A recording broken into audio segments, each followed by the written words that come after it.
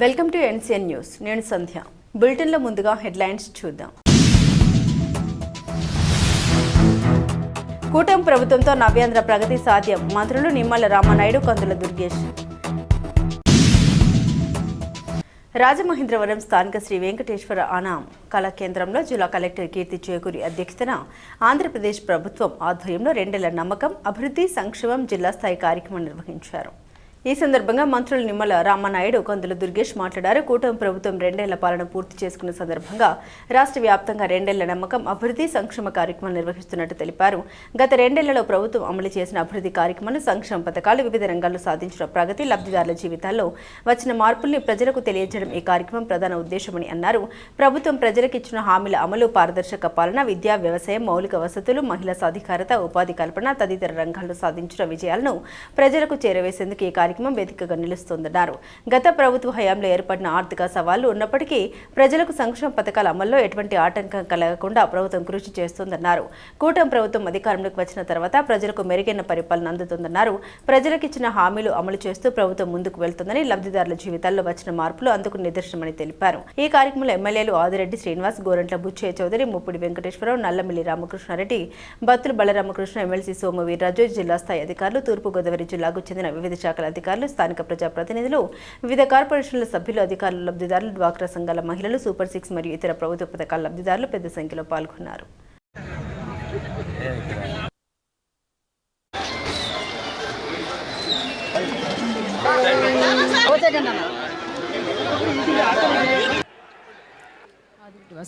స్వాగతం, సుస్వాగతం. అలాగే సంతోషంతో పాల్గొని సకీపం సర్వతమోపహం దీస్తుతే. మరి దీపము విజ్ఞానానికి అభివృద్ధి సాగుతూ ఉంటుంది.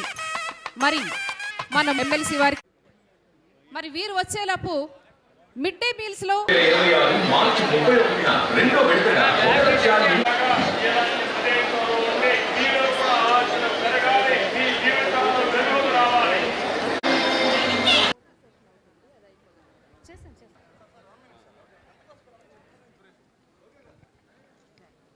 కలెక్టర్ గారు, జాయింట్ కలెక్టర్ గారు మరియు సంక్షేమం, అభివృద్ధి పాలనపై ఈరోజు మన తూర్పుగోదావరి జిల్లా తెలుగుదేశం, జనసేన, బీజేపీ కూటమి ప్రభుత్వ సమావేశం సందర్భంగా వేదికను అలంకరించినటువంటి, వేదిక ముందున్నటువంటి తెలుగుదేశం, జనసేన, బీజేపీ కుటుంబ సభ్యులకు, పాత్రికేయ మిత్రులకు అందరికీ కూడా ముందుగా నా నమస్కారాలు మీ అందరికీ కూడా తెలియజేసుకుంటూ ఉన్నా.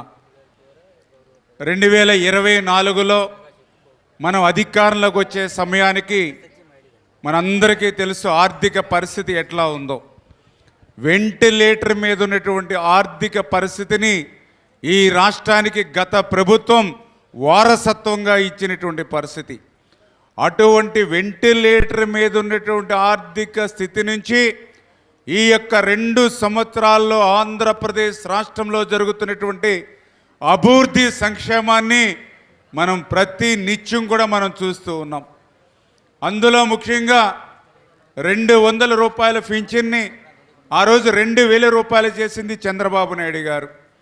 ఆ 2000 రూపాయల పింఛన్ని 3000 రూపాయలు చేస్తానని 1000 రూపాయలు పెంచడానికి 5 సంవత్సరాలు పట్టింది గత పాలకుడికి.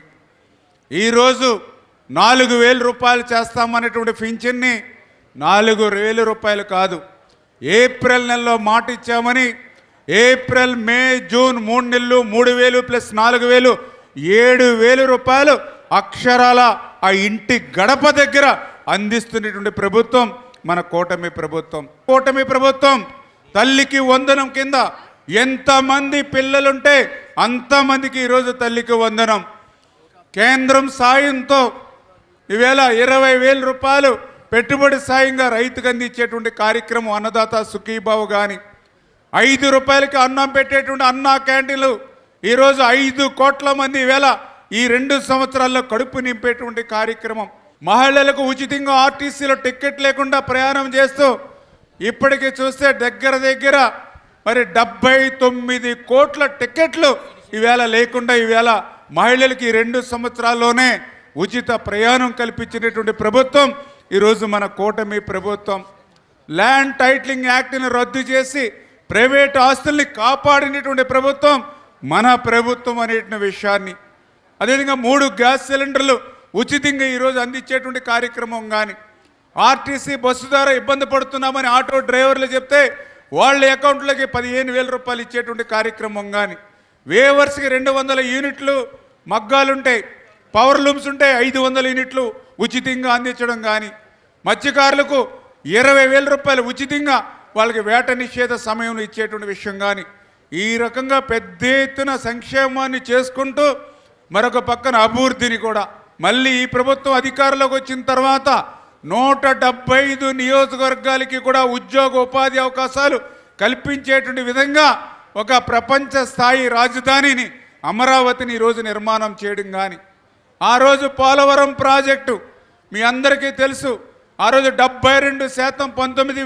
2019కి పూర్తి చేస్తే మరి ఆ రోజు ఉన్నటువంటి ప్రభుత్వం ఆ పోలవరాన్ని విధ్వంసం చేసి డయాఫ్రమాల్ని ధ్వంసం చేసినటువంటి స్థితిలో పోలవరం ఎప్పటికీ పూర్తవుతుందో చెప్పలేమని పోలవరాన్ని నాటి ప్రభుత్వం ప్రశ్నార్థకం చేసేస్తే మళ్ళీ రేపు 2027 కల్లా పోలవరాన్ని పూర్తి చేస్తామని ఈరోజు చంద్రబాబు నాయుడు గారు లక్ష్యాన్ని పెట్టుకుని ముందుకెళ్ళేటువంటి విషయంలో కానీ ఈ వేదిక తరపున శిరస్సు వంచి నమస్సుమాంజలి తెలియజేస్తా ఉన్నాను.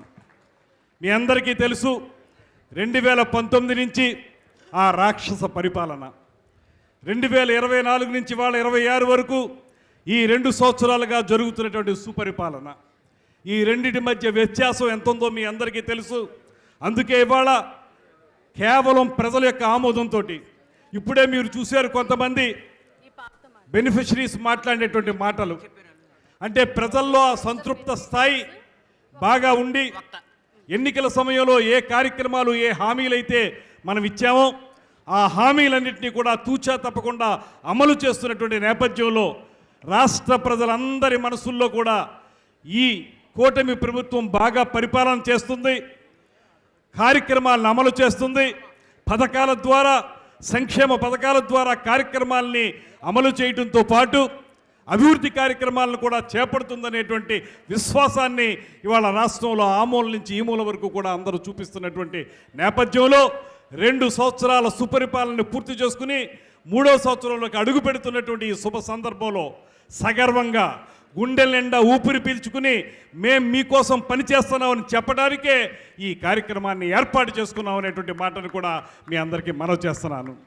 దేశంలోనే గ్రేట్ విజనరీగా పేరు పొందినటువంటి మన ముఖ్యమంత్రి వర్యులు, పరిపాలనా దక్షులు, రాష్ట్రాన్ని ఆనాటి అవిభాజ్య ఆంధ్రప్రదేశ్ని కానీ ఇవాల్టి విభజిత ఆంధ్రప్రదేశ్ని కానీ అద్భుతమైన రీతిలో ముందుకు తీసుకెళ్తున్నటువంటి దార్శనిక నేత ముఖ్యమంత్రి చంద్రబాబు నాయుడు గారు ఒక పక్కన, మరో పక్కన పేదవాడికే అధికారం కావాలి కానీ రాజకీయ నాయకులకి కాదు, పేదవాడి కళ్ళల్లో ఆనందం చూడడానికే పార్టీ పెట్టారని చెప్పి ఆ పార్టీ ద్వారా కార్యక్రమాలు రూపకల్పన చేసి కూటమి వాళ్ళలా నిలబడడానికి ప్రధాన కారకులైనటువంటి కొణిదెల పవన్ కళ్యాణ్ గారు ఉప ముఖ్యమంత్రిగా మరోవైపు వీరిద్దరికీ పైన సంపూర్ణమైనటువంటి సహకారం ఇస్తూ అటు పోలవరం ప్రాజెక్టు కానివ్వండి, ఇటు రాజధాని కానివ్వండి, రాష్ట్రానికి సంబంధించిన ప్రతి కార్యక్రమానికి కూడా ఇతోధికంగా సేవలు అందించి సహకారం అందిస్తున్నటువంటి ప్రధానమంత్రి నరేంద్ర మోడీ గారు ఆ పైనుంచి ఇలాగే ఈ 3 పార్టీల నాయకులు కలిసి ఒక సుపరిపాలనని ఈ రాష్ట్రానికి సంబంధించి సర్వతోముఖమైనటువంటి అభివృద్ధిని సాధించడానికి చేసే ప్రయత్నంలో భాగంగా మేమందరం ముందుకు వెళుతున్నామనేటువంటి మాటని మీకు మనవి చేస్తున్నాను. ఇప్పుడే చెప్పారు వాళ్ళందరూ, తల్లికి వందనం, అదేవిధంగా అన్నదాత సుఖీభవ కానీ, స్త్రీ శక్తి పథకం కానివ్వండి, వచ్చిన వెంటనే ఇచ్చినటువంటి మన పెన్షన్లు 4,000 రూపాయలకి పెంచినటువంటి కార్యక్రమం కానివ్వండి, దీపం పథకం కానివ్వండి, రైతులకి వారి ధాన్యాన్ని చివరి గింజ వరకు కొనుగోలు చేసిన ధాన్యానికి వెంటనే వారి ఖాతాల్లోకి మనం ధనం వేసినటువంటి కార్యక్రమం కానివ్వండి, ఇలా చూసుకుంటూ వెళితే 2 ఏళ్ల కాలంలో 20 సంవత్సరాలకి సరిపడే అద్భుతమైనటువంటి కార్యక్రమాల్ని చేపట్టినటువంటి ప్రభుత్వం ఈ కూటమి ప్రభుత్వం అనేటువంటి మాటని మీకు మనవి చేస్తున్నాను. చైతన్యవంత శక్తివంతమైనటువంటి ఈ ప్రాంతం కందుకూరి వీరేశలింగం పంతులు, టంగుటూరి ప్రకాశం పంతులు, నన్నయ్య, అంతకుముందు నన్నయ్య లాంటి అత్యద్భుతమైనటువంటి మనుషుల్ని ప్రసాదించి నవనవోన్మేష సుందర వదనారవిందగా విరాజిల్లుతున్నటువంటి ఈ రాజమహేంద్రవరం గడ్డ నుంచి మిమ్మల్ని అందరినీ ముకుళిత హస్తాలతో కోరుకుంటున్నాం. ఈ సుపరిపాలన కొనసాగించే విధంగా మీరందరూ కూడా సహకరించండి అనేటువంటి మాటను తెలియజేసుకుంటూ సెలవు తీసుకుంటున్నాను. నమస్కారం. జై హింద్, జై తెలుగు తల్లి.